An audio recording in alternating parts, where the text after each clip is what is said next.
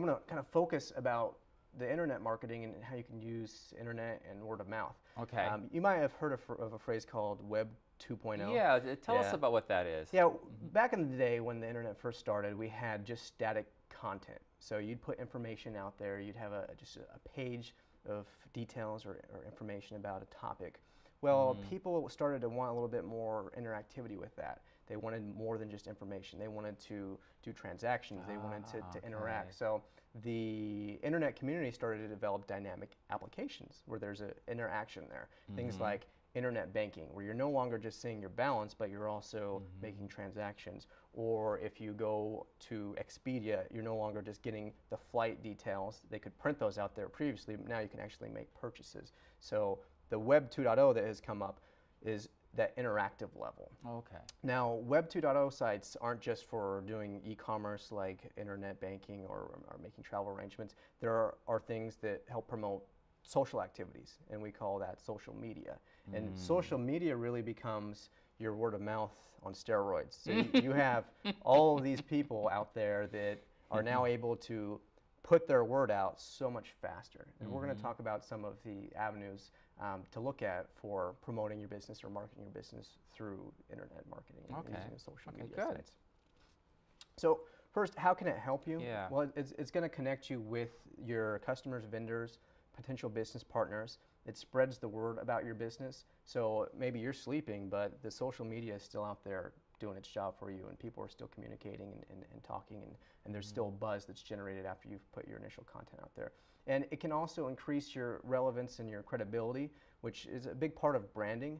A lot of times companies will pay thousands or millions of dollars to have just their logo on something, because the more visible it is in people's lives, the more relevant it becomes and the more trusted just by association of seeing it. So having your business name be out there, people talking about it, you know exists, you're more likely to trust them. So you often hear the expression content is king. With social media, there's no difference there. The content that you're putting out there is very important. It helps you do three things. First, it's helping you deliver that content. So it's putting it out there so people can potentially see it. Then there's the visibility, allowing people to actually see that content that you've put out there. Now, social media becomes really powerful with the content virility, when you actually have viral marketing, where you put something out there that's so cool or maybe provocative or interesting that people want to share it, and that's when you get it to everyone. And that's an interesting point, is what is interesting? I often think about that. What makes something interesting? Like content, there's so much content on the internet, and what makes something worth or interesting to look at? Any thoughts, Steve, about that? What makes something interesting? Is it provocative, controversial, something that's out of the ordinary, typically? Yeah. I think it really depends on your target audience and even the product that you're trying to put out there. I think one of the big companies that does Super Bowl ads is GoDaddy. They do very racy ads with women in scantily clad clothes, and people are like, well, what is this? And at the end you just see this GoDaddy and GoDaddy.com. So people are interested to see. They don't say, GoDaddy, register a website, or go here to do this or do that. They just put something out there that entices people.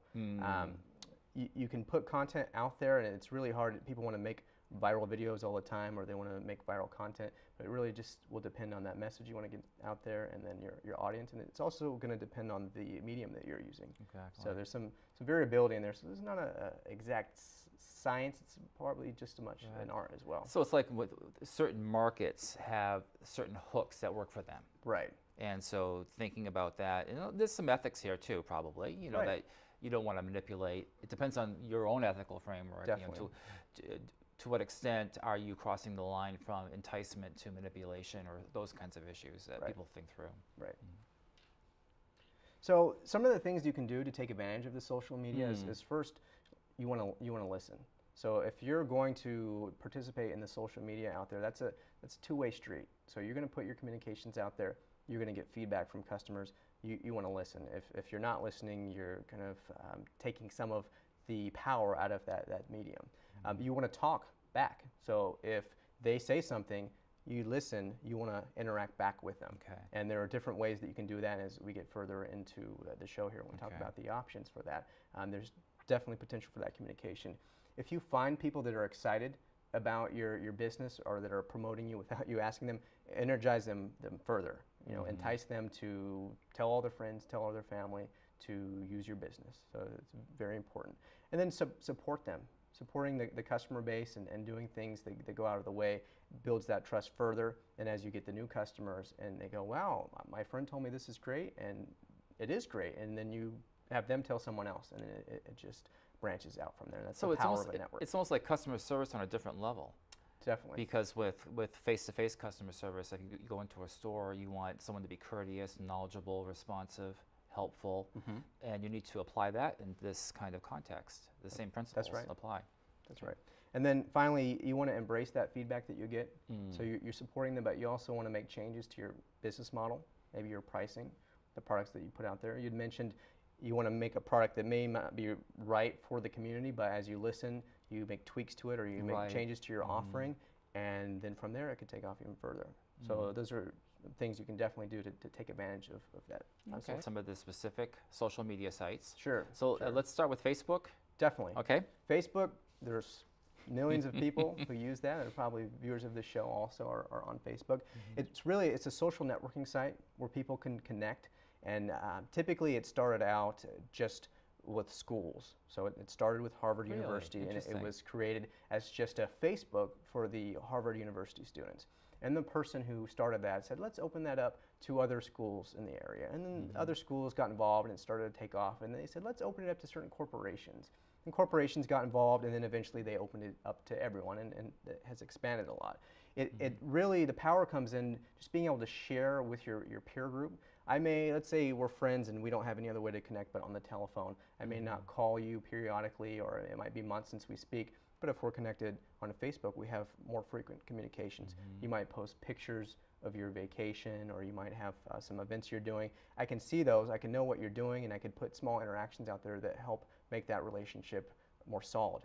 So with Facebook, you have all these people that are spending time in there each day. And if you have people spending time, the next logical step is, okay, people need to see things like advertisements, or they need to interact, do transactions. So Facebook has taken steps to really push their platform and to see where there's potential for the business community. So the first stop is, okay, we have advertisements, so let's put those out there. So those are out there, but no one really wants to go and click on ads. So the next thing is to open it up for widget type applications or tools that allow you to do other things within Facebook, like connect to your online banking or to connect to businesses, to maybe schedule a restaurant visit or do other things like that. So Facebook is opening that up. Where it can help for a business is going and creating a Facebook page. So a business can create a place for themselves that's not like a profile. They don't have to put in their age and their gender and those things. They create a page for an entity, and then you can accumulate fans of that business. So they become fans, and if you get a nice following, when you put out messages or promotions or events or new products, it goes out to all of these people that are connected to you. And then someone might see that through a visit to their Facebook site and go, what's this business that you are a big fan of? Oh, there's the viral. Then there's the viral effect. Then that takes hold. What's interesting is Good Work Now. I have a personal Facebook page, but also I have another page within my account for Good Work Now that I just started thinking about. So as an example, if Good Work Now has its own Facebook page, then people can become friends.